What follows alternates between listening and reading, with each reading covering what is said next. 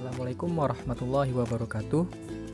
Pada kesempatan kali ini, saya akan menjelaskan mata kuliah Bisnis Internasional, yaitu tentang Multinational Corporation atau perusahaan multinasional. Sebelumnya, perkenalkan nama saya Muksin Bajri dari kelas Manajemen 2K dengan NPM 119020376.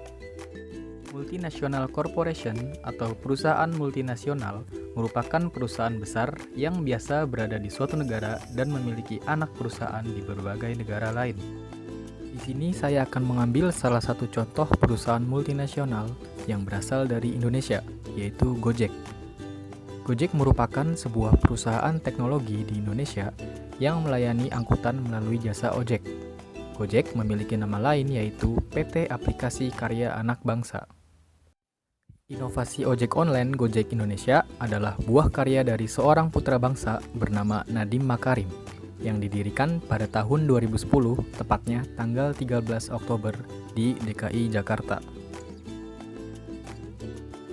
Kala itu, Nadiem Makarim yang masih bekerja sebagai manajer editor Zalora Indonesia dan Chief Innovation Officer Kartuku masih sering mengalami kendala dalam menemukan transportasi untuk mengantarkannya berangkat bekerja dan pulang ke rumah.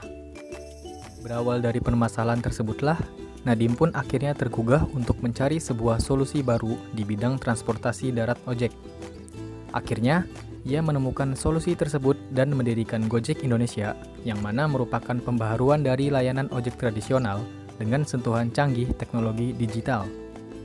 Kemudian, perusahaan dan aplikasi Gojek Indonesia resmi diluncurkan ke masyarakat pada tanggal 13 Oktober 2010. Saat itu, Gojek Indonesia masih memiliki sekitar 20 driver ojek online dan pemesanan yang sangat sederhana melalui sistem call center 24 jam. Jadi, di awal kemunculannya, Anda tidak bisa langsung memesan layanan Gojek menggunakan aplikasi seperti saat ini. Untuk memesan layanan ojek online, Anda akan diarahkan ke layanan call center 24 jam. Cara ini pun masih tergolong agak rumit untuk dilakukan. Namun, berselang 4 tahun kemudian, yakni di tahun 2014, Nadiem Makarim selaku pemilik dan pendiri Gojek Indonesia mendapatkan tawaran investasi yang cukup besar. Gojek memperoleh pendanaan dari modal Ventura asal Singapura. Dari sanalah perusahaan Gojek Indonesia menjadi semakin berkembang. Hingga puncaknya di tahun 2015, tepatnya pada bulan Januari, Gojek akhirnya hadir dalam bentuk aplikasi yang dapat diinstal pada semua jenis gadget. Sistem aplikasi ini otomatis menggeser peranan call center sebagai pusat pemesanan Gojek. Pemesanan jasa Gojek via aplikasi sangat disambut baik oleh masyarakat Indonesia. Kemudian berlanjut pada awal 2018, Gojek melakukan pendanaan seri E dengan total dana yang terkumpul sebesar 1,5 miliar US dollar. Investor yang tergabung ialah Via ID, Tencent Holding, Temasek Holding, Astra International, Meituan Dianping, JD.com, Google, hingga Blibli. Selanjutnya, pada awal 2019, Gojek menggelar pendanaan seri F tahap pertama dengan total dana yang terhimpun sebesar 1 miliar US dollar. Deretan investornya yaitu Astra International, Tencent Holdings, JD.com, dan Google. Terakhir, Gojek menggelar putaran pendanaan seri F kedua pada 5 Maret 2019. Akhirnya, setelah perkembangan yang sangat pesat, Gojek kini menyandang status sebagai dekakorn atau startup yang memiliki valuasi di atas 10 miliar US dollar.